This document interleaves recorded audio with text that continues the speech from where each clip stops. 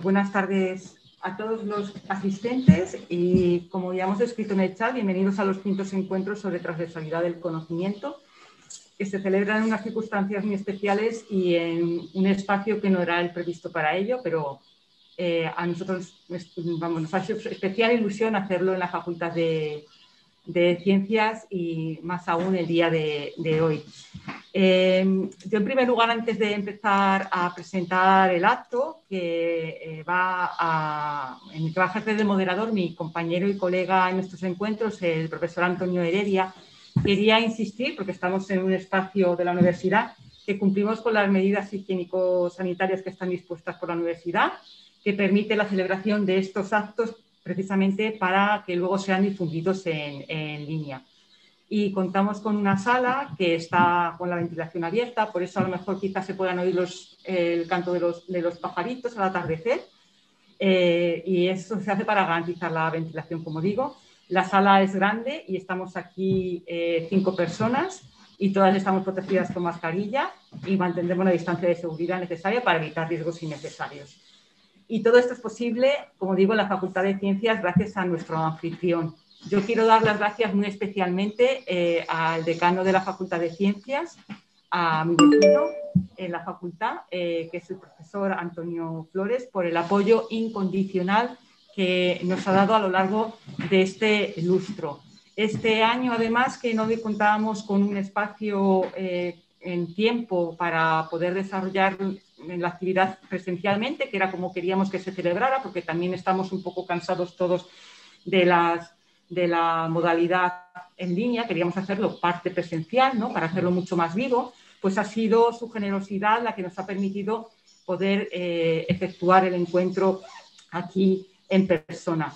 Y, por supuesto, también tengo que agradecer al Vicerrectorado de Investigación, en la persona de su vicerrector, y muy especialmente a la Vicerrectora Adjunta de Investigación, a Zaida Díaz, que estará aquí presente también para darnos unas palabras, por el apoyo que nos han dado también durante todos estos años, sin que hubiéramos encontrado ninguna traba para actuar, elegir a los invitados con absoluta libertad. Y bueno, yo también quería recordar que estamos en el 11 de febrero, que es el Día de la Mujer y la Niña en la Ciencia, así que quiero saludar muy especialmente a todas las espectadoras, a las estudiantes, a las investigadoras en formación y a todas aquellas que ya tienen su carrera consolidada y que están dedicando parte de su tarde pues a nosotros, ¿no?, a escuchar este debate de hoy. También pues que haya coincidido nuestro encuentro con el día de hoy, pues me permite también destacar la necesidad de una ciencia que supere las barreras clásicas entre humanidades y ciencias experimentales. Eso es lo que siempre hemos pretendido con estos encuentros, precisamente, ¿no? Y me sirve también para destacar a las científicas de letras, porque también lo somos. Y precisamente donde más hemos logrado este reconocimiento ha sido en esta facultad, donde siempre cuentan con nosotros, por ejemplo, el 11 de febrero, ¿no?, para que aportemos nuestra mirada en la celebración de ese día. Tengo que recordar que esta actividad forma parte del plan Humadivulga y, como todo el plan, cuenta con la financiación de la FECIT, de la Fundación Española de Ciencia y Tecnología, y que se podrá disponer de esta actividad en unos días a través de uciencia.uma.es. Luego recordaremos en el chat cuál es el enlace para poder verlo en diferido. Y bien, los encuentros están abiertos a todo el público, pero muy especialmente dirigidos a los alumnos de doctorado como actividad transversal de formación. Y este año, bueno, este curso y medio en el que era tan difícil proponer actividades, muchas de ellas se suspendieron por las circunstancias en las que nos encontramos, pues nos hace especial ilusión tener tantos inscritos. De los 100 y pico inscritos que hay, 80 son alumnos de doctorado. Y yo quiero también agradecer muy especialmente al director de la Escuela de Doctorado, a Tomás Cordero, que también es un profesor de la Facultad de Ciencias, toda la ayuda que nos ha ofrecido para incorporar esta actividad como parte de las propuestas por la Escuela de Doctorado como formación transversal. Por último, quería recordar de nuevo que el debate de hoy será grabado y accesible en ese enlace, que todos los asistentes tendrán los micrófonos cerrados, pero podrán formular sus preguntas a través del chat al final de la tertulia, y cuando esta concluya, pues yo se lo trasladaré a los invitados. Y nada más, por último, pues quería darle la palabra a nuestra nuestro más rotundo apoyo en el Vicerrectorado de Investigación, que es a nuestra colega, la profesora y vicerrectora adjunta de Investigación, Zaida Díaz. Cuando quieras, Zaida. Muchas gracias, Clelia. Bueno, pues en nombre del Vicerrectorado de Investigación y Transferencia, quiero daros la bienvenida a estos encuentros de transversalidad del conocimiento. Para mí es un placer poder estar aquí, pues, porque como habéis comentado, ya vamos por el 5º encuentro. Habéis conseguido que una actividad que inicialmente se empezó a desarrollar y que tampoco sabía cuál iba a ser el recorrido, se haya convertido actualmente en una de las actividades de la Universidad de Málaga y dentro del plan de divulgación, pues que está totalmente consolidada y que año tras año nos sorprendáis pues, con las charlas que traéis y con los ponentes.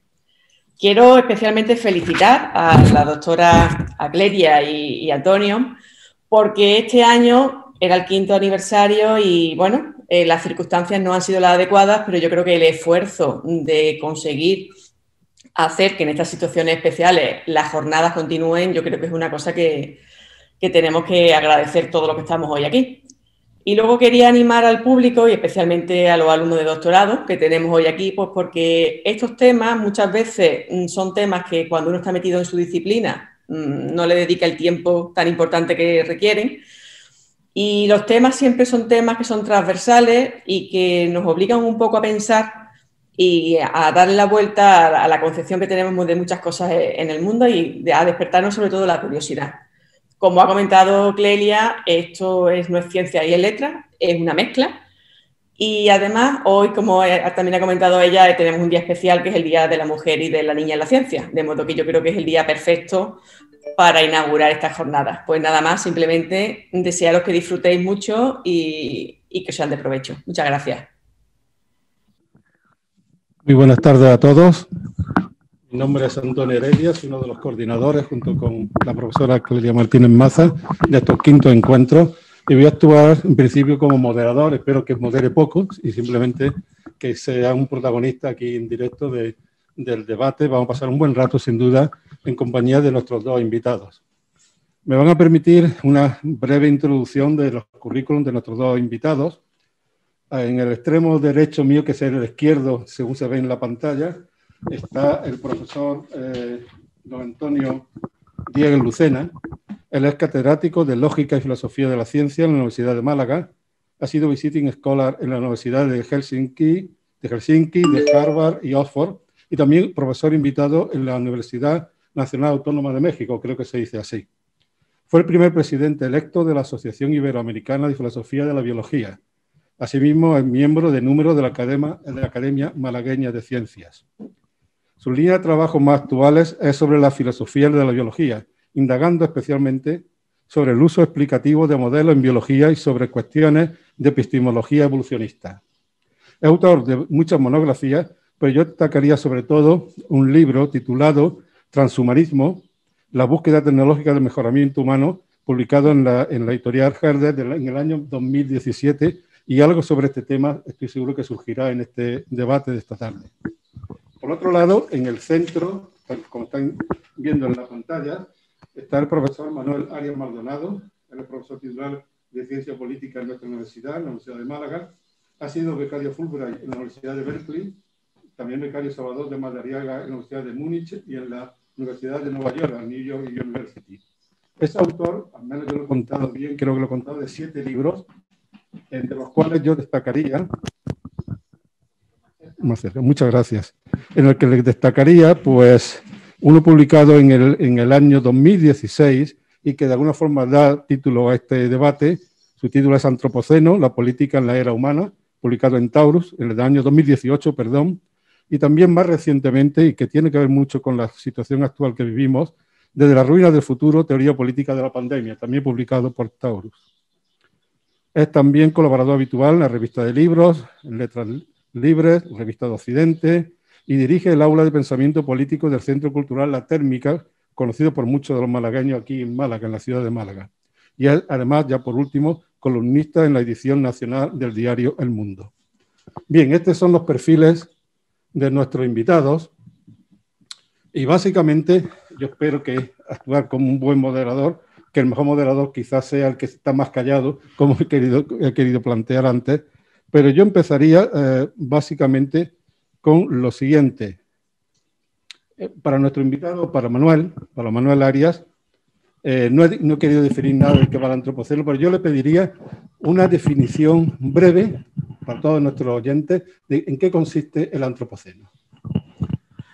Bueno, pues primero buenas tardes. Muchas gracias por la invitación. Para mí es un placer estar en estos encuentros que me parecen tan meritorios, ¿no? Y haberlos sostenido en el tiempo ya durante 5 años, pues debo sin duda felicitaros. Estoy muy contento y además creo que el tema elegido es, en fin, muy pertinente. Porque además a mí me gustaría que en España se hablara un poco más del antropoceno, ¿no? Y es lo que en parte traté de conseguir con la publicación de mi libro en Taurus. Por otra parte, la producción académica, ¿no? En forma de libros y artículos de investigación sobre este tema se ha disparado en los últimos 8 o 9 años y seguramente estamos ante un concepto imparable, al margen de que para el conjunto de los ciudadanos seguramente el cambio climático sigue teniendo más atractivo, ¿no?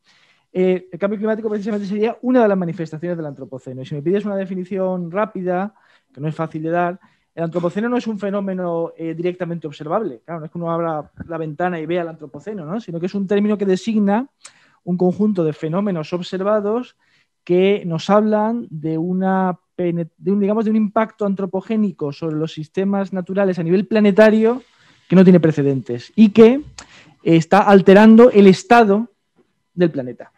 El estado en el sentido de en qué estado se encuentra el sistema terrestre, ¿no? Esa sería una definición, por no extenderme más y ser muy sumario, del antropoceno. Por eso se llama la era humana, la era del antropos o ser humano. Evidentemente el término suena a época geológica, por decirlo de una forma.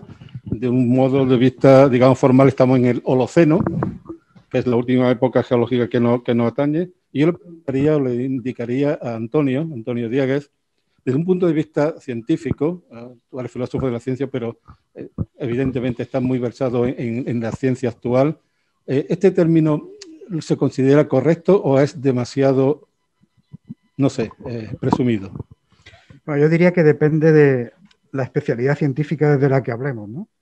Desde el punto de vista geológico, o desde el punto de vista de la Comisión Internacional de Estratigrafía, no está aceptado como término científico. La última reunión fue en 2018 y no se aceptó como término científico. Pero claro, esto es porque en las disciplinas de ciencias naturales, sobre todo, se buscan términos que tengan un carácter operacional claro, es decir, que pueda haber criterios muy claros de su aplicación. Entonces, los estratrígrafos y geólogos, para definir una época geológica, necesitan que haya un rastro en los estratos que sea global y que no sea gradual, que sea, digamos, en un tiempo breve, ¿no? Entonces, no hay ninguno claro, ninguna señal clara que pudiéramos señalar como definitoria de este carácter antropogénico de la modificación de la naturaleza, ¿no? La más clara no se retrotraería a los orígenes del antropoceno, que para algunos, como bien señala Manuel en su libro, estaría en los orígenes de la revolución industrial. La más clara sería el rastro de plutonio que han dejado las bombas nucleares. Pero claro, eso, como mucho, se puede rastrear hasta los años 50, 60, 70, es decir, lo que se llama más bien la época de la gran aceleración, que sería una de las partes del antropoceno, ¿no?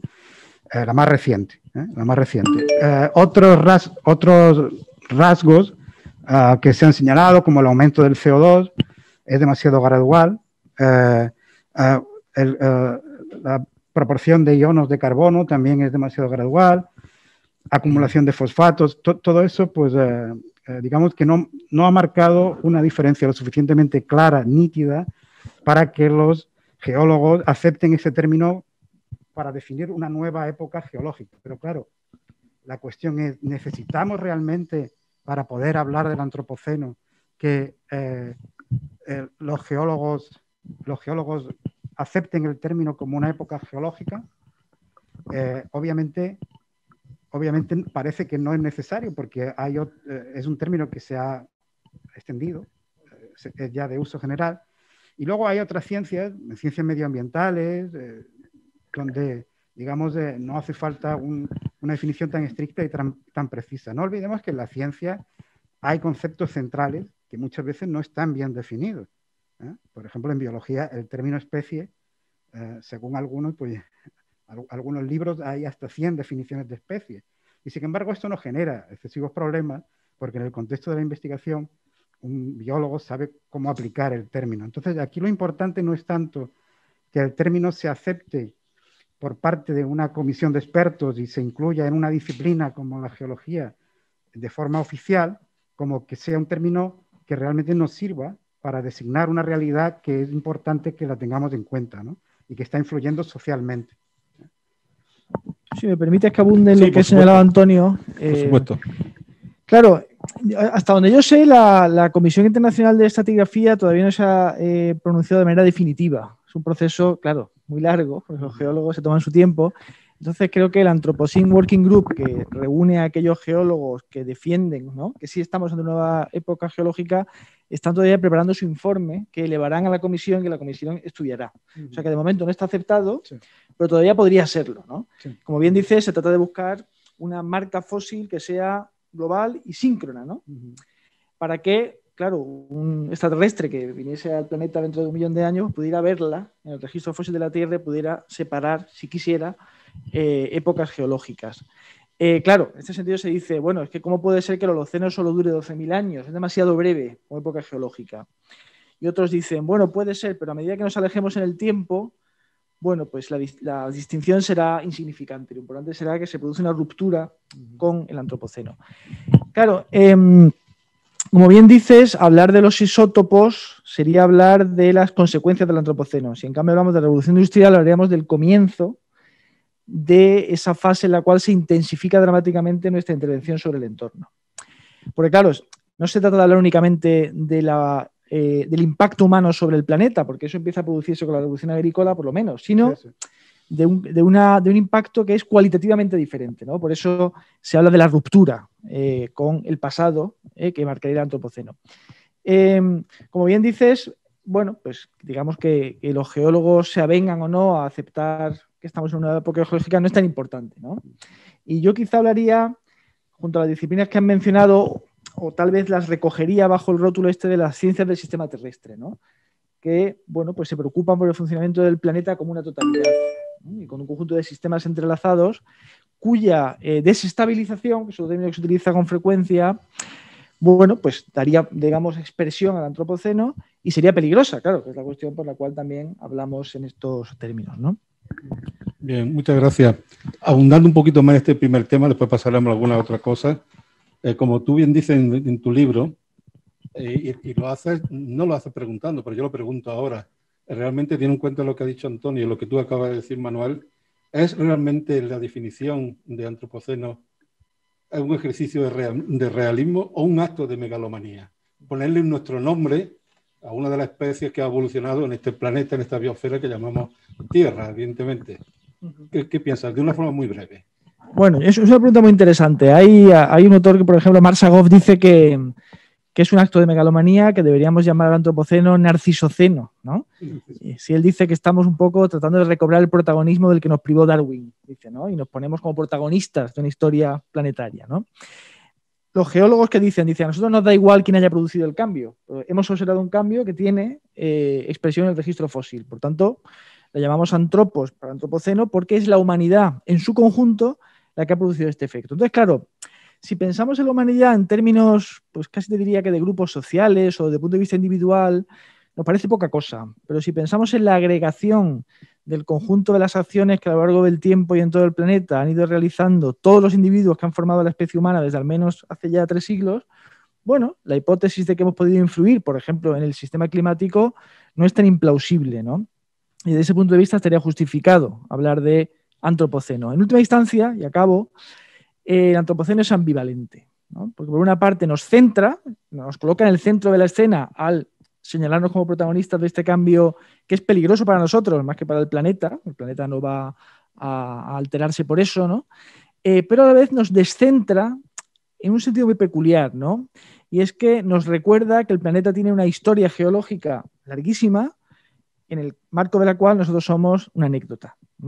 Y eso, claro, pues realmente es algo en lo que no nos paramos a pensar en nuestra vida cotidiana, pero cuando decimos, no, puede haber una sexta extinción, ¿no? Que es discutible. Bueno, es que ya ha habido 5 antes, ¿no? Es decir, que la historia del planeta es muy violenta. Y entonces, claro, eso también pues, nos da un cierto vértigo y nos convierte en algo muy pequeño, ¿no? Muchas gracias. Si mirando a Antonio... Sí, perdona, Antonio. Dime. Bueno, quiero decir que el término ha venido para quedarse, indudablemente. Yo creo que resistirse a él sería absurdo. Se han propuesto sustitutos, pero no han cuajado. Uno ha sido capitaloceno, porque el culpable no sería tanto el ser humano como especie, como un sistema político y económico determinado que sería el capitalismo, según los que proponen esto. Incluso la filósofa Donna Haraway ha propuesto uno todavía más difícil de asimilar, que es el de Chuluceno, si es que se pronuncia así, ¿no? Por la criatura que aparece en los relatos de Lovecraft, ¿no? Ninguno de estos ha tenido el éxito de antropoceno. Hay quien ha dicho, bueno, ¿y por qué en lugar de considerarlo como una época posterior al Holoceno, que eso es quizás pedir demasiado, no lo consideramos como una última fase del Holoceno? Bueno, pero en ese caso habría que cambiarlo por antropocense en lugar de antropoceno, para que las terminaciones mantuvieran el orden, ¿no? Pero eso tampoco parece que vaya a tener mucho éxito, porque los que proponen que se acepte en geología este término lo proponen como una alternativa al Holoceno, no como una fase última del Holoceno, ¿no? No es una mera disputa terminológica, porque claro, detrás de todo esto hay posiciones políticas también. Y ese término no solo tiene un significado científico, tiene un significado político, claro, también. Bien, creo que esta primera parte la podemos dejar por superada, definir qué era el antropoceno. Creo que nuestros oyentes pues, realmente han tenido ya una idea muy concreta. Está claro que la actividad del hombre, el hombre es protagonista de este tipo de discurso, evidentemente. Y mirando a ti de nuevo, Antonio, y como especialista que te tengo del transhumanismo, que evidentemente estamos hablando del hombre de nuevo, ¿qué podríamos de tener en común ese antropoceno con el transhumanismo? Hombre, y además te invitaría a que también mirando a todos nuestros oyentes hiciera una definición lo más rápidamente posible de qué es el transhumanismo. Vale, pues muy rápidamente el transhumanismo es, digamos, la convicción convertida ya prácticamente en ideología de que el ser humano puede ser mejorado mediante la tecnología, aplicando directamente sobre el propio ser humano las nuevas tecnologías, fundamentalmente la ingeniería genética y la inteligencia artificial, pero inicialmente pues medicamentos, sustancias químicas, etcétera, ¿no? Con el objetivo, como decía, de mejorar al ser humano, tanto en los aspectos físicos como mentales, emocionales, etcétera. El objetivo último, incluso para los más radicales, es trascender nuestra propia especie, convertirnos en una especie nueva, posthumano. No todos los transhumanistas llegarían tan lejos. Los defensores del mejoramiento humano pues no necesariamente querrían que traspasáramos los límites de nuestra especie, pero muchos sí, los más conocidos sí, ¿no? Incluso llegan a proponer el volcado de la mente en una máquina en el futuro como modo de conseguir la inmortalidad, ¿no? Bueno, ¿qué tiene de común con el tema del antropoceno? Pues básicamente dos cosas. Primero, que el transhumanismo considera que el ser humano es fundamentalmente un ser tecnológico. Y en eso no se equivoca, ¿eh? Esto ya lo había dicho Ortega y Gasset en los años 30. Si no hay técnica, no hay ser humano. Bueno, Ortega decía hombre, pero era la manera de expresarse en aquel momento. Y por lo tanto lo que nos constituye como especie es nuestro afán de mejora y de autotransformación. Lo dice así de claro el propio Ortega, ¿eh? Por eso algunos transhumanistas lo consideran una especie de precedente, no muy claro, pero evidentemente el antropoceno es un resultado de la técnica, desde el principio, porque como muy bien ha dicho Manuel, ya por ejemplo, desde el comienzo de la agricultura, el ser humano empezó a transformar los paisajes, del paisaje europeo empezó a conformarse con el aspecto que tiene prácticamente antes de la Edad Media, en la Antigüedad, pero sobre todo en la Edad Media, ¿no? Por lo tanto, esa unión del ser humano con la técnica es algo que caracteriza al transhumanismo, pero que también es lo que ha hecho que el antropoceno haya surgido. Y luego hay otro aspecto del transhumanismo que se correlaciona también con algunas propuestas para intentar, ¿cómo decirlo?, para intentar paliar las peores consecuencias del antropoceno. Me refiero a que el ser humano pueda tomar mediante la tecnología el control de la naturaleza, lo que se llama la naturaleza 2.0, ¿no? Es decir, que la naturaleza no es ya algo independiente del ser humano, sino que es el resultado del propio control tecnológico del ser humano. El transhumanista piensa que, para empezar, la evolución biológica ya no debe ser aplicable al ser humano, sino que el ser humano debe dirigir su propia evolución. Si extendemos de esto a todos los seres vivos, pues tenemos más o menos la idea que algunos han sugerido de realizar, por ejemplo, geoingeniería para controlar los peores efectos del cambio climático sobre nuestro planeta, etcétera, etcétera. Por favor. Antes, por cierto, quizá para retomar brevemente el bloque anterior, podemos quizá hacer alguna indicación de ejemplos, ¿no?, de efectos concretos del antropoceno o de expresiones del antropoceno para que los asistentes se hagan una idea. Es decir, ahí hay que incluir el cambio climático, la pérdida de la biodiversidad, la acidificación de los océanos, la cantidad de basura, ¿no?, de residuos generados, por ejemplo, plásticos, pero también incluso la cantidad de tierra movida en nuestras actividades, ¿no?, de todo tipo, desde la construcción de infraestructuras, incluyendo, pues, seguramente las calzadas romanas ya serían un precedente, hasta las actividades mineras, por ejemplo, ¿no? O sea, que el antropoceno nos habla de todo eso, ¿no? Y claro, por supuesto, la acumulación y la extensión de esas actividades es lo que da un carácter finalmente cualitativo al cambio que se produce por el camino, ¿no? Y solo quería añadir eso a eso. Pero la cuestión del transhumanismo me interesa por lo siguiente. Yo quería señalar una diferencia que me parece interesante. El transhumanismo es, corrígeme si me equivoco, es vocacional, es una intervención voluntaria sobre la especie humana. Y el antropoceno es una consecuencia indeseada de la actividad humana sobre el planeta, ¿no? Y que es un rasgo, además, digamos, no sabíamos que estábamos generando el antropoceno, ¿no?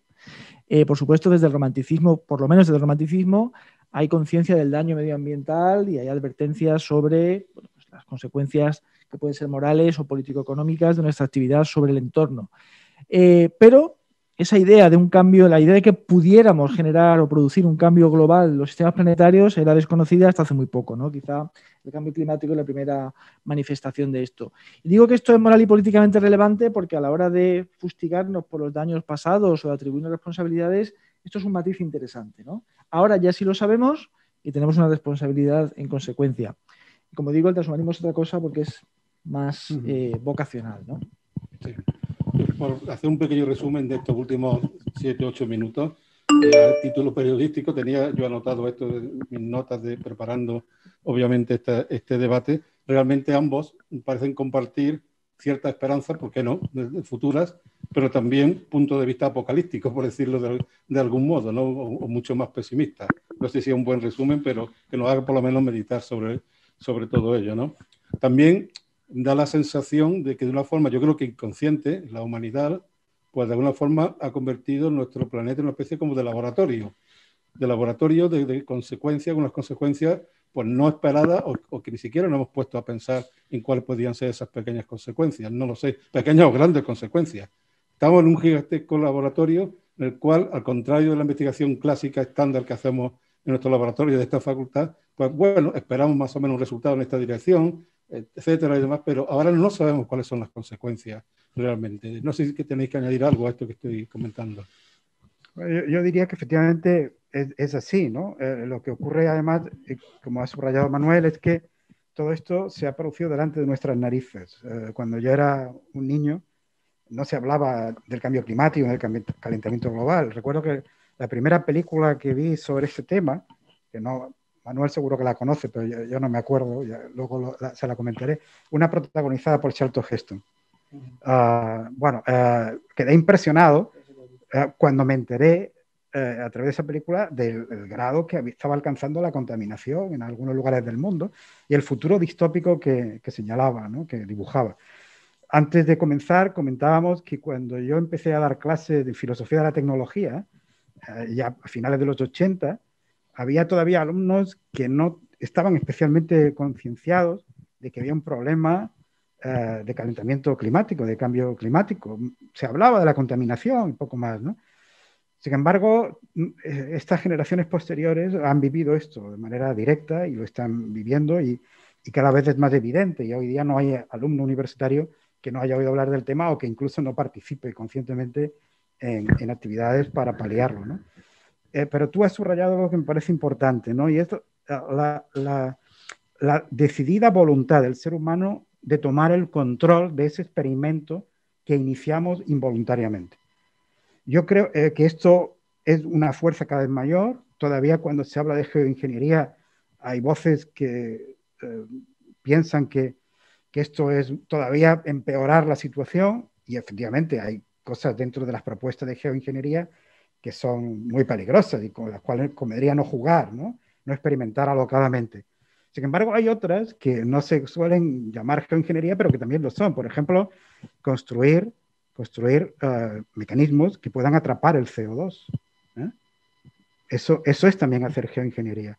Y eso no creo que haya mucha gente que se oponga a esto, ¿no? Entonces,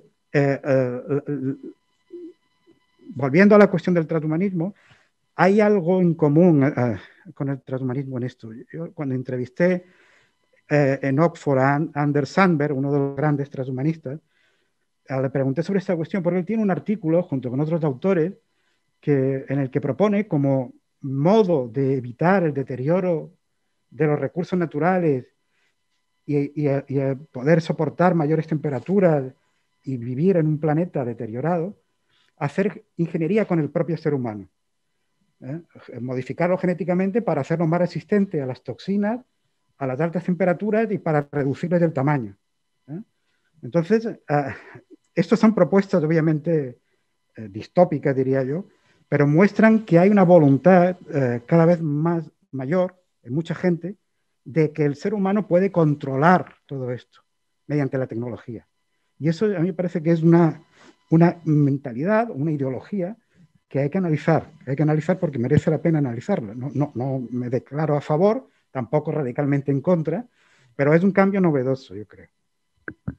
Muy bien, gracias. ¿Quieres decir algo, Manuel? Sí, claro, son temas muy, en fin, que dan mucho juego. En los años 70 es que hubo un estallido de la ciencia ficción distópica, ¿no? Con la crisis del petróleo, y Charlton Heston está en varias. En una de ellas él está solo en el planeta y en la otra hay un sistema social en el cual pues se da un alimento muy dudoso. Esa es Soylent Green. Eso es. Que al final, en fin, sería un spoiler decir de qué está hecho ese alimento, porque está muy bien y es verdaderamente chocante, ¿no? Si lo ve un niño, imagino que la impresión es muy grande. Claro, la idea es que, como señalabas, que nos hemos dado cuenta de que había un experimento en marcha, un experimento peligroso, ¿no? Entonces se trata de controlarlo, de tomar el control del laboratorio, ¿no? Y convertirnos, que es una formulación que se utiliza, en administradores del sistema terrestre. Eso puede hacerse a través de un uso, pues redoblado de la tecnología, pero puede hacerse de otras maneras, ¿no? Hay muchas propuestas acerca de cómo podríamos o deberíamos tomar el control del antropoceno. También están en el extremo opuesto estarían los decrecentistas, ¿no? Y dicen, bueno, pues desmantelamos todo esto y vivimos comunalmente en espacios autárquicos, ¿no? Y poco agresivos con el entorno. Digamos que esa es la parte de la discusión acerca de la dimensión política, de los enfoques, ¿no? A través de los cuales puede abordarse ese gobierno, ¿no? de un planeta, bueno, cuya desestabilización es peligrosa porque, y esta es la cuestión, convierte el planeta en un lugar inhóspito y potencialmente inhabitable en el larguísimo plazo para el ser humano, ¿no? Y eso es lo que, lógicamente, tenemos que evitar. Y este tipo de... y la pandemia podría entrar ahí en algún sentido, ¿no? Yo creo que la conexión con el antropoceno no la veo tan clara como otros la ven, pero sí que nos habla del planeta como un lugar peligroso, en potencia, para el ser humano, cuando teníamos descontado que era un hogar apacible y benigno durante, en fin, casi todo el Holoceno, ¿no?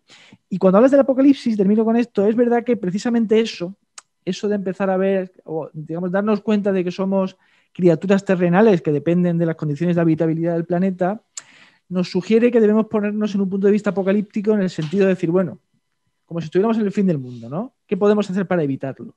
Desde ese punto de vista, el antropoceno a mí me gusta llamarlo un apocalipsis didáctico, ¿no? Que nos permite aprender algo y en fin, actuar para evitar ese peor desenlace posible, ¿no? Muy bien, gracias.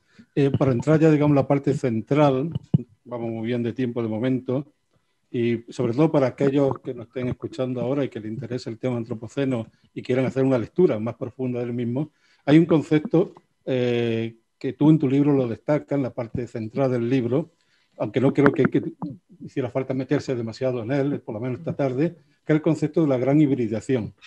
Así dicho, suena un poco extraño, pero si es posible, Manuel, ¿en qué consiste ese concepto? Y después Antonio, de alguna forma, que remate un poco el concepto antes de entrar en la parte final del debate. Bueno, se refiere esencialmente a la creciente imbricación de lo social y lo natural, ¿no? Entonces, claro, el antropoceno sería, de momento, el cenit de esa interacción recíproca, y por eso podemos hablar de la gran hibridación, ¿no? Frente a una hibridación que habría comenzado ya hace tiempo. Vamos, la domesticación de animales y la manipulación de especies ya sería una forma de hibridación. Aquí se da una paradoja, ¿no? Y es que la modernidad nos aleja del mundo natural, ¿no? A través de su dominación y a través del desarrollo incluso de herramientas conceptuales y morales incluso, ¿no? Que nos permiten mantener una cierta distancia con el mundo natural, a la que ya no nos sentimos unidos, como pues se puede sentir un animista, por ejemplo, pero simultáneamente la penetración material de lo social y lo natural es cada vez mayor, ¿no? Y ahí, en fin, las minas pueden ser una metáfora muy adecuada, ¿no? Por ejemplo, o la captura de especies para tenerlas en un zoo o para experimentar con animales, ¿no? En favor de la industria cosmética. Entonces, hablar de hibridación es hablar de esa imbricación creciente de lo social y lo natural, de que cada vez es más difícil determinar si algo, un proceso, un paisaje o una particular miembro del mundo animal es puramente natural o social. Para empezar, porque si cambiamos el clima ya estamos indirectamente afectando a todo lo que hay en el planeta, ¿no? Pero es verdad que, por ejemplo, la pandemia sí nos muestra que hay elementos de autonomía todavía en el mundo natural y cosas que no podemos controlar tan fácilmente, ¿no? Y eso conecta, creo, con ese aspecto del antropoceno que tiene de extrañamiento, de descentramiento, de fenómenos telúricos que no son tan fácilmente controlables, ¿no? Pero bueno, termino, irónicamente, las pandemias son un producto del propio éxito de la humanidad, ¿no? Porque requieren de una existencia sedentaria para que los patógenos se transmitan, y tiene que ver también con la conexión con especies animales, ¿no? O sea que también nos habla de la hibridación. Antonio, ¿quiere añadir algo? Bueno, esta hibridación entre lo natural y lo cultural yo creo que es cada día más aceptada, ¿no? Aunque a veces parece que no, porque resurge el determinismo genético de manera sorpresiva, sorprendente, como si los genes lo fueran todo, etcétera. Cualquier biólogo, por ejemplo, sabe que la interacción entre genes y ambiente es fundamental. Y cualquier estudioso de la evolución humana sabe que hay una coevolución entre genes y culturas, ¿no? Por ejemplo, que en determinadas poblaciones europeas tengamos tolerancia a la lactosa y podamos tomar productos lácteos a lo largo de toda la vida, pues se debe a que mantenemos la producción de lactasa durante toda la vida, y eso se debe a una modificación genética favorecida por nuestra historia ganaderos, ¿no? Culturas que mantenían ganadería, ¿no? Luego hay una interacción constante entre naturaleza y cultura, ¿no? Bruno Latour, un filósofo francés, un sociólogo más bien de la ciencia, insistió mucho en esto cuando abandonó sus posiciones constructivistas, ¿no? Abandonó sus ideas más radicales de que, en fin, de que la naturaleza era un constructo social y digamos que mantuvo una posición mucho más razonable, que era esta, ¿no? Lo de la proliferación de híbridos. Él pone el ejemplo, si no recuerdo mal, del agujero de la capa de ozono, ¿no? ¿El agujero de la capa de ozono es un fenómeno natural o es un fenómeno cultural o es un híbrido? Y probablemente es un híbrido, tiene de ambas cosas, porque no es solo el fenómeno físico, sino es también las repercusiones que eso tiene sobre la cultura humana y sobre el modo en que vemos nuestro lugar en el mundo, ¿no? De manera que yo creo que esa idea de la hibridación es fructífera, sí. No hemos dicho que se ha muerto Paul Crutzen, ¿no? Que es el creador, la persona que sí, del siglo XXI, perdón, ¿no? Acuñó el término en el año 2000, ¿no? En una reunión científica. Sí, premio Nobel de Química, ya ha fallecido con 89 años, creo, hace unas pocas semanas. Y bueno, está bien decirlo, ¿no? Lo acuñó de manera espontánea. En un congreso, pues le salió el término y luego ya se puso a escribir sobre él, pero bueno, su contribución está ahí y hay que honrar su memoria, ¿no? Sin duda, sin duda. Bien, vamos a seguir, nos quedan como unos 12 minutitos aproximadamente, porque queremos después al final, como ha dicho Clelia Martínez, que dar paso a algunas preguntas de nuestros oyentes que estarán ya recopilando, etcétera. Vamos a hacer un pequeño ejercicio de fantasía, y miro a Antonio en este ejercicio de fantasía, y a ver por dónde sale la pregunta. ¿Qué diría nuestro querido, tu querido sobre todo, porque evidentemente es un nombre que siempre menciona en todo lo que te he visto, qué diría Darwin a todo esto? Él vivió en la segunda mitad del siglo XIX, fundamentalmente, pero 100 y pico años después, ¿qué crees que diría Darwin si viviera en estos momentos? Es una pregunta difícil, sí, porque hay que ponerse en la mente de Darwin, y aunque yo tengo verdaderamente fascinación por su pensamiento y por su persona, y además fui a visitar su casa cuando estuve la última vez en Londres, y es una maravilla, yo aconsejo la visita porque es impresionante. Desde luego a mí me parece que es una de las personas más influyentes de la cultura actual, es decir, de los grandes rompedores, por decirlo así, del pensamiento occidental reciente, que se suelen citar, Freud, Marx y Darwin. Digamos que el que sigue más vivo es Darwin, ¿no? Y yo creo que Darwin vería en todo esto una manifestación más de la propia capacidad del ser humano para evolucionar y hacerlo mediante la propia organización social, ¿no?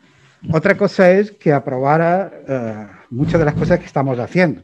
No creo que lo hiciera. Por ejemplo, no creo que viera con mucho gusto esta pérdida de la biodiversidad que estamos causando, ¿no? Que es verdaderamente, a mí, en fin, Manuel me corregirá si no lo ve así, pero a mí me parece incluso un problema más grave a largo plazo que el calentamiento global, la pérdida de biodiversidad, porque el calentamiento global quizás en 300 años se pueda paliar.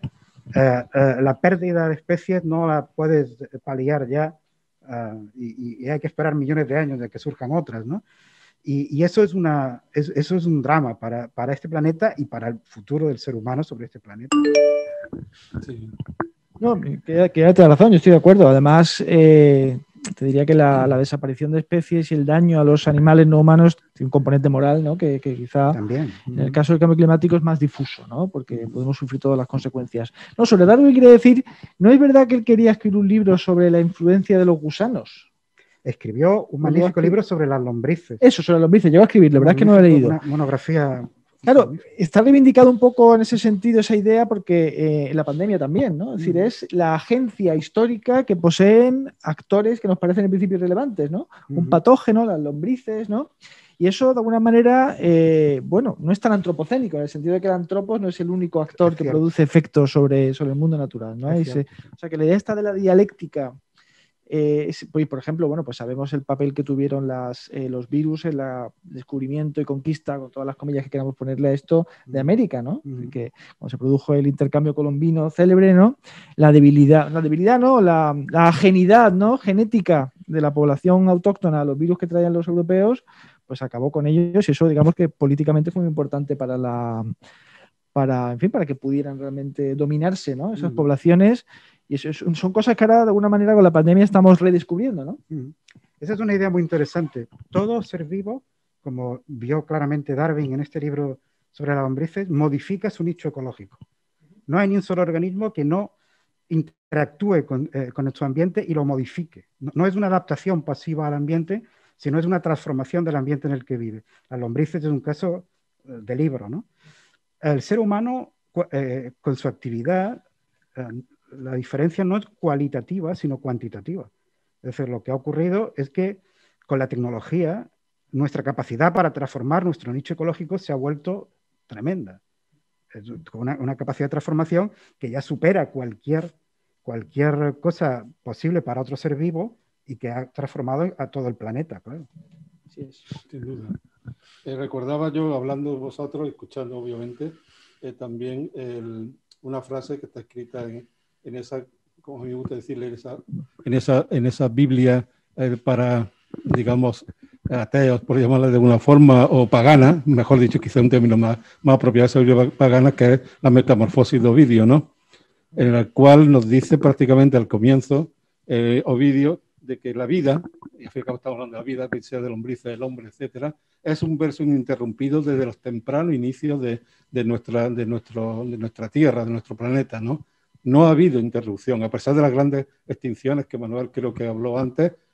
Por ejemplo, la última extinción, que era del Pérmico hace 225 millones de años, fue tremenda, desapareció casi el 98% de la vida del planeta y ahora nos asustamos con lo que hay, pero la vida ha sido un hilo conductor desde el comienzo de este planeta, ¿no? Vamos a seguir un poco con esa especie de fantasía, entre comillas, ¿no? Por supuesto, ¿no? En estos últimos días, preparando, por supuesto, este debate, ha salido al mercado un libro que tiene un número muy bonito, muy atractivo, Huellas, se llama, de David Ferrier. Curiosamente es un profesor de literatura, pero que tiene el texto, que lo recomiendo a todos los que nos están escuchando, es un texto muy al aire de lo que es el transhumanismo y, por supuesto, el antropoceno, en el cual, al final, hace unas reflexiones que creo que es muy interesantes. Y ahí viene la pregunta un poco de fantasía que quiero hacer a los dos. Teniendo en cuenta todo lo que nos está ocurriendo desde el punto de vista de antropoceno, de transhumanismo, echando un poquito de imaginación, ¿cómo seremos recordados en un futuro lejano? ¿Cómo podríamos ser recordados? Porque, como él dice, y leo textualmente en la parte final de su libro, somos espectros que se manifestarán, estamos hablando del futuro, en el futuro más profundo. Somos espectros que se van a manifestar. Y vuelvo a la pregunta, ¿cómo seremos recordados en un futuro lejano? Vamos a echarle un poquito de imaginación. Difícil, Manuel, Bueno, se está sugiriendo que algún día seremos el pasado profundo de la humanidad futura, ¿no? Aunque no sé si va a dar tiempo, no sé si la especie va a aguantar tanto, ¿no? Las especies no parece que sean eternas y es posible que la especie humana no aguante tanto. Pero bueno, porque ahora precisamente con el antropoceno se habla justamente del pasado profundo de la humanidad y de cuán deseable podría ser que los individuos vivos se dieran cuenta de que el planeta tiene una historia muy larga y que nosotros tenemos que hacer lo posible para no convertirlo en un lugar inhabitable, ¿no? El problema de eso, por cierto, es que eso puede darnos un vértigo, ¿no? Y que, digamos, encaja muy mal. Las largas extensiones de tiempo encajan muy mal con el breve espacio en que vivimos nuestras vidas individuales, ¿no? Y por tanto, no está claro que eso incentive, puede incluso deprimirnos, ¿no? Y llevarnos al desánimo, ¿no? Pero bueno, lo ideal sería que en el futuro, si no lejanísimo, al menos, bueno, en el siglo XXII o XXIII, se nos recordara como aquella generación de humanos vivos que, bueno, pues tomaron conciencia de su papel decisivo en la conformación de los sistemas planetarios y empezaron a poner las bases para, digamos, una respuesta de la humanidad como nuevo agente político conjunto, ¿no? Eso sería lo ideal, claro. Esperanzador. Antonio, ¿tú qué dirías? Bueno, pues hay una cita que se atribuye a mucha gente, se atribuye a Niels Bohr, se atribuye a Herbert Simon, el Premio Nobel de Economía, que es esa de predecir es muy difícil, sobre todo el futuro, ¿no? Pero resulta que con el avance tecnológico las predicciones se vuelven aún más difíciles. Es casi imposible ya predecir lo que va a ocurrir dentro de 20 años. Hace 20 años, en el año 2000, no habríamos imaginado algunas de las cosas que tenemos hoy, como por ejemplo los teléfonos inteligentes, ¿no? Y sin embargo forman parte hoy fundamental de nuestra vida y han cambiado nuestra vida de forma radical. Por ejemplo, el teléfono móvil es en buena medida hoy la base de la economía en algunos países africanos, ¿no? Entonces, ¿qué futuro le espera al ser humano? Y yo creo que los transhumanistas tienen bastante razón, solo que se apresuran. Es decir, el ser humano es una especie que no va a durar demasiado. O bien porque terminemos por autodestruirnos, espero que no, o bien porque nuestra tecnología nos va a transformar de forma radical. Y es posible que alguna vez lleguemos a tener una especie poshumana, ¿por qué no? Para que haya una especie poshumana solo se necesita que haya una barrera genética entre esos nuevos seres y nosotros. Es decir, que no podamos reproducirnos con ellos. Que haya una pareja o varias parejas descendientes nuestros, pero que tengan una dotación genética que impida ya el cruce con nosotros. a partir de ese momento ya son una especie, según la definición biológica de especie, son una especie distinta, ¿no? Si a eso además le añadimos la posibilidad de una mayor integración con la máquina, que eso es todavía más complicado, creo yo, pues entonces, por ejemplo, si pensamos solo en 1000 años, que desde el punto de vista histórico no es nada casi, ni siquiera sabemos qué va a ser del ser humano en 1000 años. Pero yo apostaría que no será lo que ahora es, ¿no? No será lo que ahora es. Y para nuestro bien espero que esos descendientes nos vean, como ha dicho Manuel, como aquellos viejos organismos, aquella especie entrañable que dio origen a los herederos, ¿no? Algunos de los creadores de la inteligencia artificial, como Hans Moravec, decían que las máquinas siempre se considerarán como hijos de nuestra mente, ¿no? Y que por eso nos cuidarán, porque se verán como hijos de nuestra mente. Bueno, quién sabe, ¿no? Creo de todas formas que habéis hecho un buen ejercicio mental, sin lugar a dudas.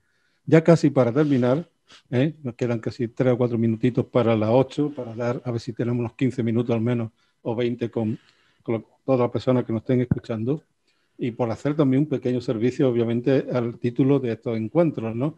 Recordemos que son encuentros de transversalidad del conocimiento.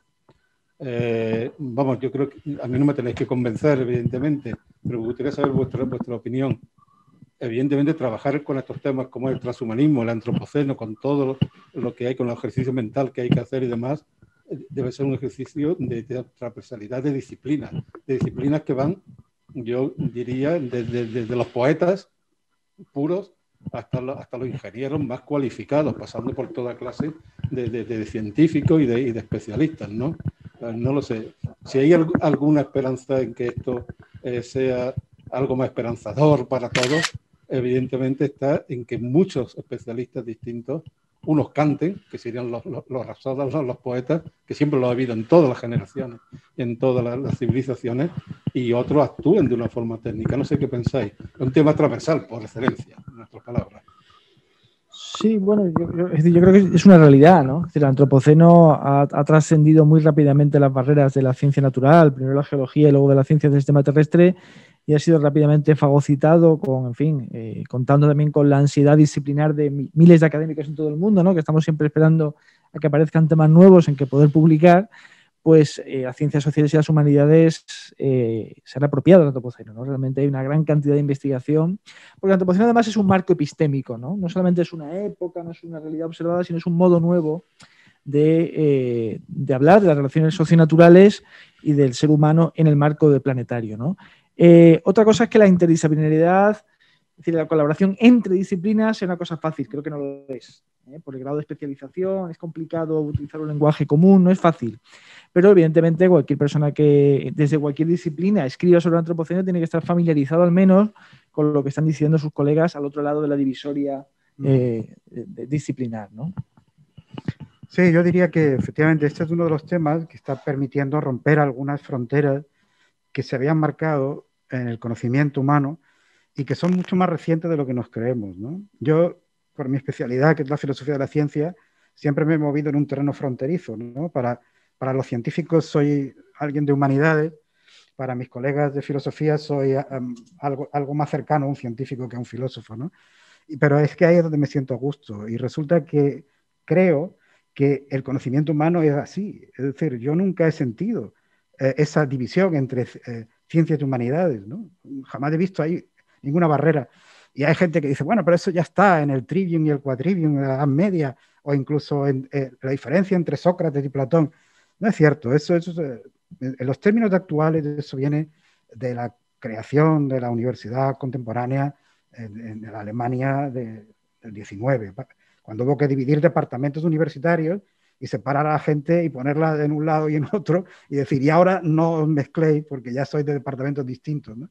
Pero eso afortunadamente empieza a romperse. Es difícil la comunicación porque, claro, son conocimientos muy especializados y hay que manejar una terminología y también un cierto nivel de abstracción matemática o de complejidad técnica, Pero es que esa comunicación es importante porque, por ejemplo, los científicos que han participado en la creación de CRISPR-Cas9, la técnica de edición genética, han pedido una moratoria y han reclamado el asesoramiento de los humanistas, ¿no? En general del público, pero también, sobre todo, de los humanistas, de los filósofos, etcétera. Y por parte de los filósofos, por ejemplo, es absurdo intentar hacer hoy filosofía de espaldas a la ciencia y al conocimiento empírico, ¿no? Yo creo que... Entonces, no sé, yo digo por mi especialidad, lo he vivido siempre así y me alegro de que esto empiece a cundir, ¿no? Y yo creo que este es un buen ejemplo, ¿no? Estoy de acuerdo completamente. Creo que ya son las 8 de la tarde. Vamos a dar paso a las preguntas que ha seleccionado Clelia, la profesora Clelia Martínez, y vosotros iréis respondiendo a todo ello, ¿de acuerdo? Bien, muchas gracias, Antonio, y muchísimas gracias y felicidades a nuestros invitados, que han suscitado muchísimas preguntas y ha sido también muy esclarecedor para mí personalmente. Hay muchas preguntas dirigidas al transhumanismo. Voy a hacer como 2 bloques y voy a empezar primero por el tema en cuestión. Voy a lanzar las que me parecen más interesantes y que no han sido tratadas, al menos de manera directa, en el debate. Francisco Collado pregunta que si el transhumanismo plantea la posibilidad de registrar, como habéis dicho, almacenar nuestra mente en un archivo informático digital, como ha dicho el profesor Dieguez, ¿cuáles serían los posibles dilemas éticos que puede plantear? Bueno, muy rápidamente, yo soy muy escéptico con esa posibilidad. Yo creo que hay que tomarse en serio la posibilidad del biomejoramiento, es decir, manipulación genética del ser humano. Eso va a ocurrir, no me cabe duda. De hecho, ya se ha intentado en China con resultados muy negativos y ha sido condenado unánimemente, pero es el comienzo de un camino que se va a recorrer. En cambio, la idea de que nuestra mente sea un software que puede ser vertido en cualquier hardware y que puedes hacer copia de ella, me parece que es absurda. Aunque hay filósofos de la mente de gran prestigio, como David Chalmers, que la defiende. Entre los problemas que pueden surgir, primero, esa mente volcada en una máquina, si es que fuera posible, ¿está viva? ¿O son solo mis recuerdos actuando de una forma algorítmica, como en algún episodio estos de Black Mirror, ¿no? Y segundo, suponiendo que siga estando viva, ¿soy yo o es otra cosa? El problema de la identidad personal. Mantener la identidad personal cuando puedo hacer varias copias de mí mismo, por ejemplo, de mi propia mente, no parece que sea una cosa fácil, ¿no? Pero yo creo que eso es tremendamente especulativo porque yo no creo que lo vayamos a ver en los próximos 1000 años siquiera, ¿no? Una pregunta de Armando Palma, que es rizar un poco el rizo. Dice que teniendo en cuenta que existen ahora especies que han encontrado un nuevo equilibrio en la situación actual, ¿qué debería hacer el hombre si a la hora de intentar revertir alguna consecuencia negativa, como consecuencia, pues podía provocar la extinción de estas especies ya adaptadas a las condiciones actuales, ¿no? Y en ese caso, pues hasta dónde el hombre tiene que revertir la acción negativa sobre el medio ambiente. Bueno, es complicado también, ¿no? Claro, ahí se habla de... Esa sería... Estamos hablando de especies que se han adaptado al cambio climático ya en marcha y, por tanto, si nosotros le damos la vuelta al cambio climático, podrían perecer en consecuencia. Bueno, también podrían adaptarse a su vez, ¿no? a las condiciones reformadas que nosotros introduciríamos. Bueno, realmente si lo planteamos en términos cuantitativos, el número de especies, incluida la humana, que podrían beneficiarse de un calentamiento global que se atenuara, seguramente no está por encima del daño que podría provocarse a las especies que ya se hubieran adaptado y en cambio no. Realmente creo que ese sería el cálculo que podríamos hacer, ¿no?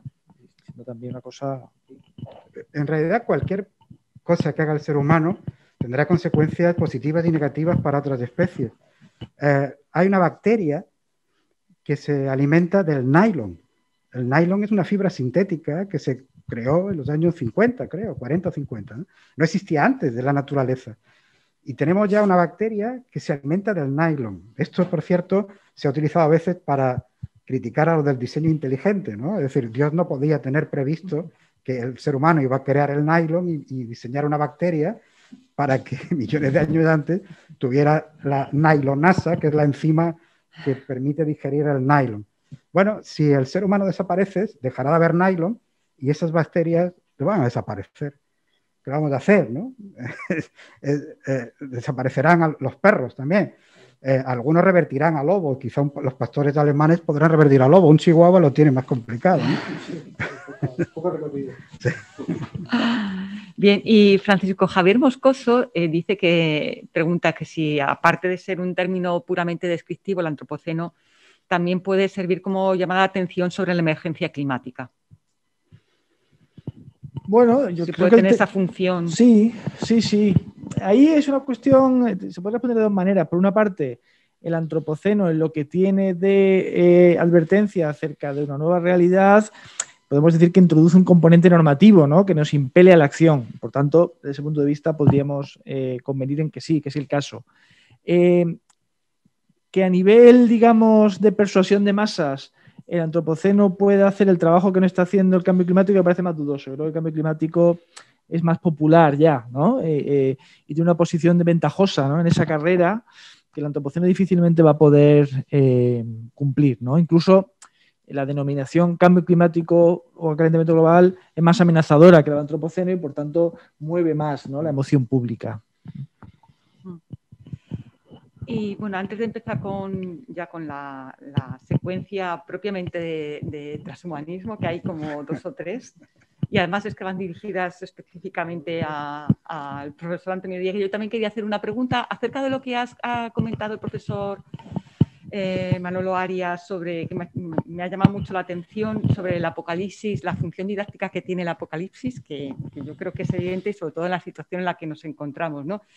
Y es que, que reorientar los procesos antropogénicos en el sentido de buscar una sostenibilidad, ¿no?, medioambiental, pues hemos visto que requiere un compromiso, bueno, que se ha asignado al individuo, es un compromiso ciudadano, ¿no? Y ahora, por ejemplo, en la pandemia, pues como en todas las catástrofes naturales, el mensaje era, pues la naturaleza nos está dando una señal de que algo estamos haciendo mal. Desde luego, la catástrofe natural yo creo que es el instrumento más eficaz para asustar, ¿no?, al individuo, para que ponga remedio, pero claro, el mensaje queda muy diluido. Entonces mi pregunta, pues no sé si existe desarrollada una política, una medida institucional, digamos una estrategia a nivel público que sea mucho más comprometido, porque al final siempre están dejando la responsabilidad en el individuo, aparte de las políticas de energía y de cambio climático, ¿no?, que eso al individuo parece como que no responde a su día a día, ¿no? Si existe un desarrollo o hasta qué punto esa política podría ser mucho más didáctica que dejar todo el compromiso al ciudadano. Bueno, no estoy tan seguro de que se deje el compromiso en manos del ciudadano, ¿no? Lo que pasa es que la colaboración del ciudadano en cualquier tipo de enfoque que se adopte para poner remedio a la dinámica de insostenibilidad, pues es importante, ¿no? Así que realmente, digamos, revertir estas tendencias mediante un dictat, ¿no?, pues no es tan sencillo, ¿no? A lo mejor los chinos pueden hacerlo, pero no estoy tan seguro, porque ahí también hay que garantizar un crecimiento económico que proporciona legitimidad al poder político, etcétera, ¿no? Yo creo que el Acuerdo de París es un buen ejemplo, además muy inteligente, al margen de su grado de cumplimiento, acerca de cómo abordar este asunto, porque los países se comprometen a llegar a un objetivo sin que esté predeterminado los medios que tengan que utilizar para alcanzarlo, ¿no? Y hay otras iniciativas que tienen que ver con la biodiversidad, en fin. Todo esto no podemos decir que la legislación medioambiental sea pues insuficiente o inexistente, la hay y más que en ningún otro momento histórico, ¿no? Lo que quizá falta todavía es, bueno, un sentido de conjunto, ¿no?, que pueda unificar esas distintas iniciativas, que se centre más en el concepto de antropoceno y con la dificultad, por supuesto, de compatibilizar el mejoramiento de los estándares materiales, sobre todo para aquella parte de la humanidad que todavía no los disfruta, con la protección medioambiental, ¿no? Porque claro, esto es un problema capital que para mí dificulta mucho el camino que algunos querrían tomar en la senda decrecentista, ¿no? Sí, está muy bien, lo desmantelamos todo, pero es que la gente no está de acuerdo, ¿no? Entonces, realmente el carácter pedagógico, si quieres, de la catástrofe es limitado, ¿no? porque la gente se asusta y actúa en consecuencia solo cuando tiene el problema muy encima, como ha pasado con la pandemia durante la primavera del año pasado, ¿no? Decían, bueno, este virus no sabe muy bien lo que es, pues nos quedamos en casa asustados. Luego ya, pues uno se va adaptando y va conociendo el asunto y eso es más difícil. Entonces, yo la política sacrificial le veo límites, ¿eh? Para mí hay que hacer la oferta de un futuro que va a ser mejor que el pasado. Hay que dar esperanza al ciudadano, porque si no, si todo es una historia, ¿no?, de catástrofes, me parece que eso no es suficiente. Mi opinión. Moisés Ávila pregunta directamente a Antonio Dieguez si cree que hay una especie de pesimismo en la idea de antropoceno o solo es una adecuación epistemológica a la realidad a la que nos enfrentamos. No, yo creo que es una buena manera de captar conceptualmente la realidad en la que estamos. Como acaba de decir Manuel, el pesimismo aquí está de sobra. Es decir, el pesimismo es desmotivador, desmovilizador. Heidegger, que también ha sido uno de los grandes pensadores de la tecnología, yo simpatizo más con Ortega en este aspecto, pero admito la genialidad de Heidegger en estas cuestiones. Heidegger decía que pesimismo y optimismo son categorías pequeñas para pensar en la situación en la que estamos. Se trata de intentar hacernos con la realidad y hay que confiar en que el ser humano lo puede hacer, pero no empeñarse tampoco en que el ser humano es sacrosanto e intocable. Es decir, si en algo tienen razón los transhumanistas es en concebir al ser humano no como una esencia sagrada que debe mantenerse a toda costa, sino como un ser en proceso de transformación y de evolución. Y eso yo creo que es también realista asumirlo. No para intentar manipularlo ahora de manera irresponsable, como hizo He Jiankui en China hace un par de años, sino para ir haciéndonos a la idea de que el futuro está abierto, como decía Popper, ¿no? Y Francisco Martínez pregunta cuál es el modelo o los modelos de superhombre que propone o prevé el transhumanismo. Bueno, ahí hay mucha diversidad y mucha fantasía. Depende de los cómics que leyeran en la juventud, ¿no? Pero, bueno, fundamentalmente los más serios hablan de, primero, un mejoramiento moral, como hace Julian Savulescu, con el que yo estuve unos meses investigando allí en Oxford. En fin, la gente que trabaja en ese centro de Oxford trabaja sobre todo en la cuestión de la posibilidad de un biomejoramiento moral del ser humano. Luego se habla también del mejoramiento de la inteligencia, pero esto tiene sus peligros. Y luego finalmente pues hay quien promete incluso la inmortalidad, ¿no? La longevidad, la vida indefinida, potenciamiento también emocional, etcétera, ¿no? Hay que tomarse eso con mucha calma, porque hay también mucha fantasía, ¿no? Que se van a hacer cosas es indudable, pero que se vayan a hacer las que algunos nos anuncian y por las cuales salen tanto los medios de comunicación, es ya otra cosa muy diferente, ¿no? Bien, Manuel Cruz pregunta ¿qué opinión les merece a los dos el llamado peak oil, que de ser cierto obligaría a asumir la senda decrecentista? Bueno, yo creo que la idea del peak oil, que fue muy, en fin, muy utilizada por el ecologismo político, sobre todo en la década de los 90 y 80, yo creo en realidad cada vez se ha ido alejando más el horizonte del peak oil al tiempo que se volvía más irrelevante, ¿no?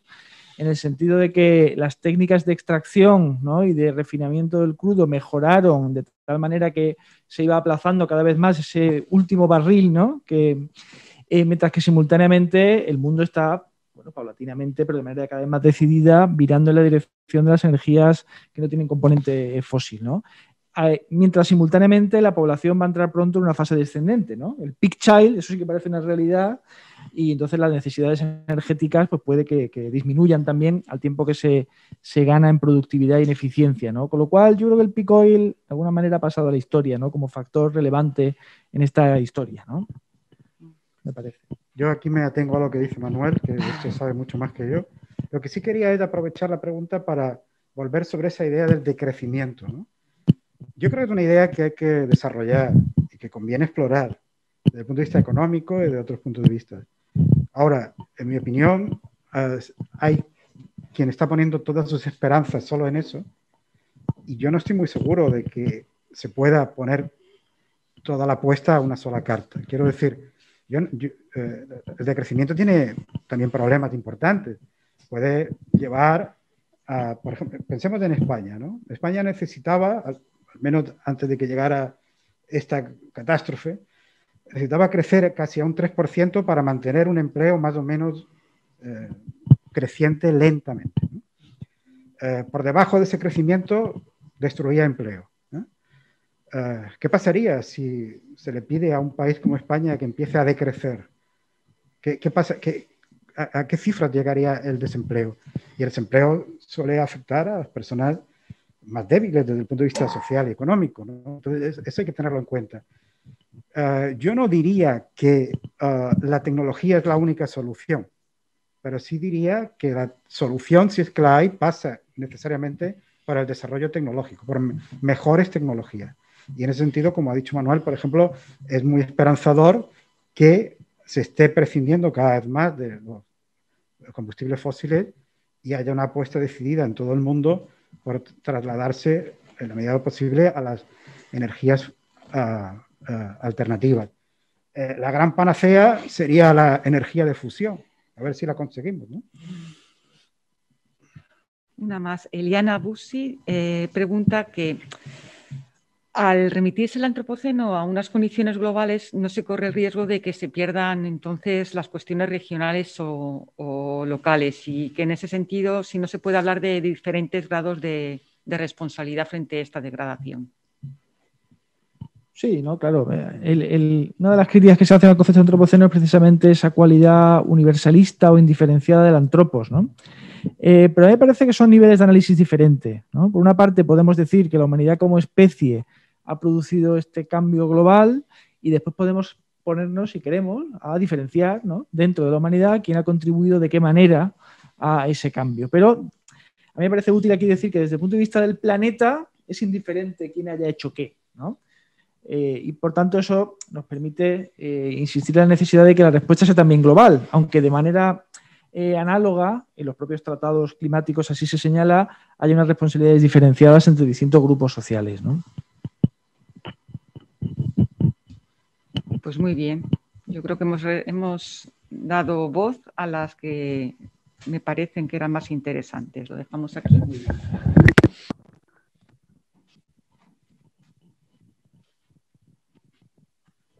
Muy bien, pues creo que vamos a dar por concluido este debate. Creo que es una buena hora de momento. Voy a hacer una muy breve reflexión final y después anunciar lo que viene la semana que viene, como no puede ser menos, evidentemente, ¿no?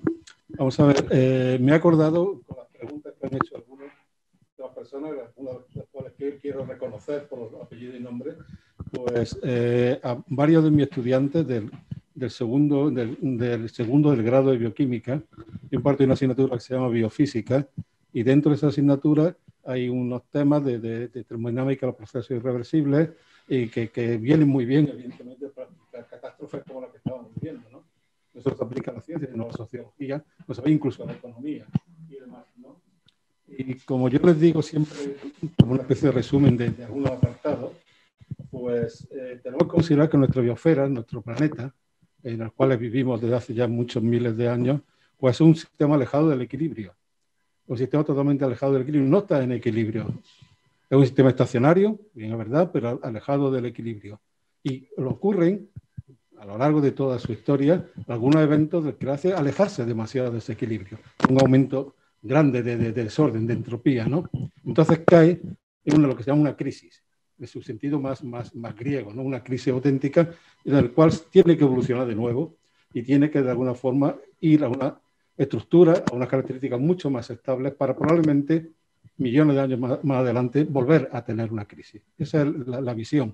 Pero yo cuento esto sencillamente no por hacer un repaso a mi querido estudiante, sino por algo que dijiste tú, Manuel, en medio del debate hace ya unos buenos minutos, en el cual, y que quiero que quede eso en la mente, quizás también de los que nos están escuchando, nuestro planeta no hay que salvarlo.